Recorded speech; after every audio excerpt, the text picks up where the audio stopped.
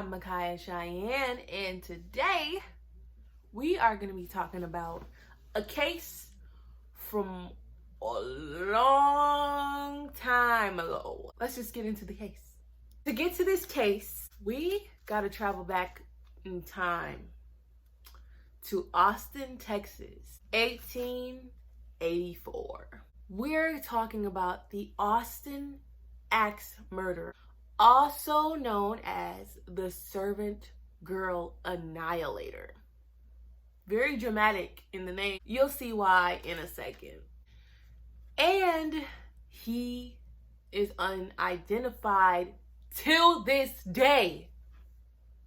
And he probably will completely stay unidentified forever. He was active from 1884 to 1885. Now let's start with the victims. So his first known murder was of a woman named Molly Smith. She was 25 and was a live-in servant to a merchant. She lived in the back of her boss's home, which was called an outbuilding, with her boyfriend, Walter Spencer. December 31st, 1884. Just after midnight, the merchant was awakened by her boyfriend, Walter Spencer, bleeding profusely.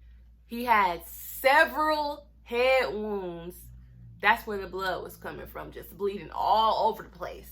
He explained that he was attacked and that Molly was taken. He couldn't find her, but they ended up finding her murdered in the yard. And the axe was laying by her lifeless body.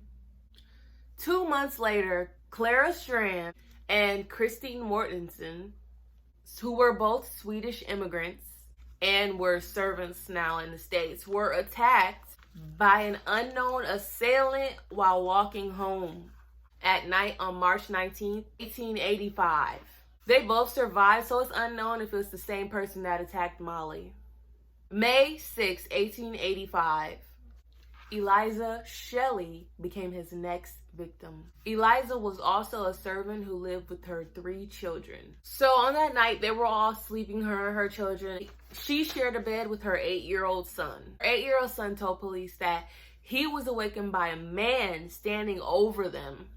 The attacker threw him from the bed and demanded that he stay there and don't look. He covered him with a blanket and told him to be quiet. She also lived in an outbuilding, so her boss was in the main house and he heard all the commotion going on, so he went to go look. But unfortunately, he found her dead body and it looked like she was attacked with an axe. But no murder weapon was found at the scene. On May 23rd, 1885, Irene Cross was also a servant and she lived with her son and her nephew. Her nephew, he was there on the night of the attack and he actually was able to get a description of the attacker. So this is the first time somebody ever said what they looked like. And this is what he looked like. Now, according to her nephew, he was a big, chunky Negro man who was barefooted and had rolled up pants. And the attacker beat her so bad that it looked like she was scalped, like just peeled it back. And her arm literally was severed from her body, just detached. So this was like one of his most brutal beatings so far. So with the description, the police tried everything that they could. They interviewed all kinds of people who fit the description. The police looked for witnesses. They interviewed all kinds of people. And they even let out the bloodhounds to, check the scents out and see what they could find. But they didn't find anything. They came up empty-handed every time. Then the killings just stopped.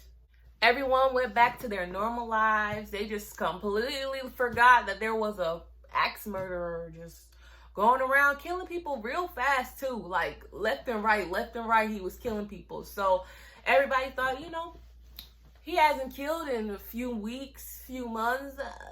Let's go back to keeping our doors unlocked.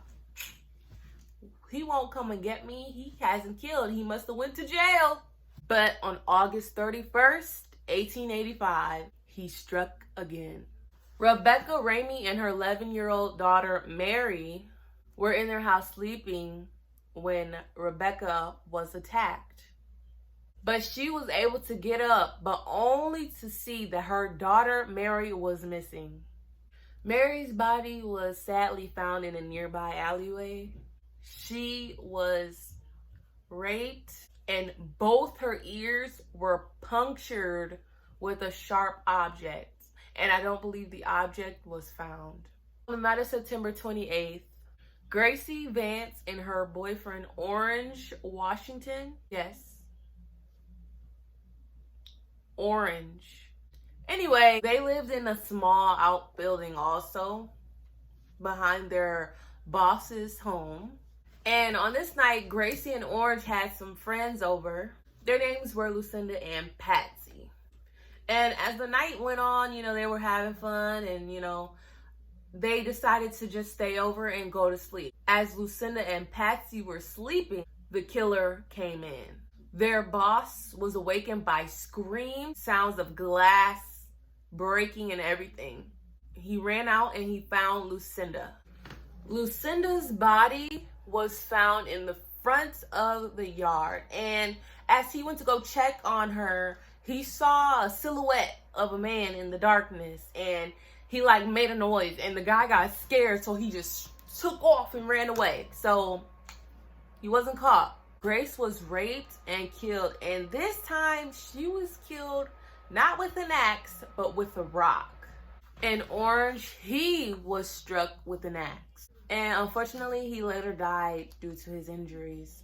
After these murders, the police was like, we got to do something. They started to increase their patrolling officers. So because of the description that the nephew of the prior victims gave, the police were out looking for black men only. I mean, I get it because somebody said that that's what they saw. But I think they should just still be looking out for everybody, because while the white people were feeling safe that the police were patrolling all the black people, the axe murder struck again. December 24th, 1885, Moses Hancock was awakened in the night to find his wife, Susan, laying in the backyard, bleeding and clinging on to her life. She was hit with an axe also and raped. She later died due to her injuries.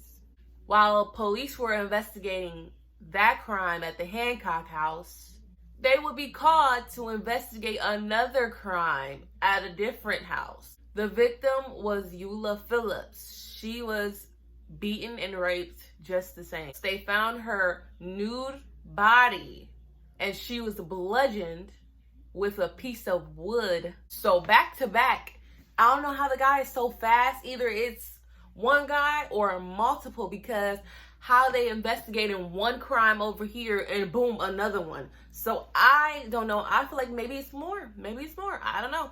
Then once again, the killing stopped. So all the Austinites were just left to move on, to forget about what just happened from 1884 to 1885. They just had to forget that somebody or some people were out raping and murdering people. All these servants, they just had to forget about it, and it just faded into history.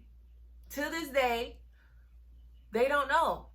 They have no idea who it could have been. They just stopped. Some people think maybe the person was taken to jail or maybe died. But as of knowing who the axe murderer is, nobody knows. Well, thank you so much for watching my video today about the Austin axe murderer. This was a very interesting one. He killed a lot of people, if it was him, because I honestly don't know, because how fast, like the Eula Phillips one and the Hancock house one, it was like boom, boom. Like, how much time does one have before they can go and kill somebody else? That was a little bit suspicious to me. So it kind of got me thinking that maybe it's more than one person who was doing the killing. But I don't know. Let me know what you guys think in the comments below. And if you like this video and you want to hear more of these true crime stories that I, myself, find interesting, then you should subscribe to me. It's free, and I'll really appreciate it. So thank you, and have a blessed day. Bye.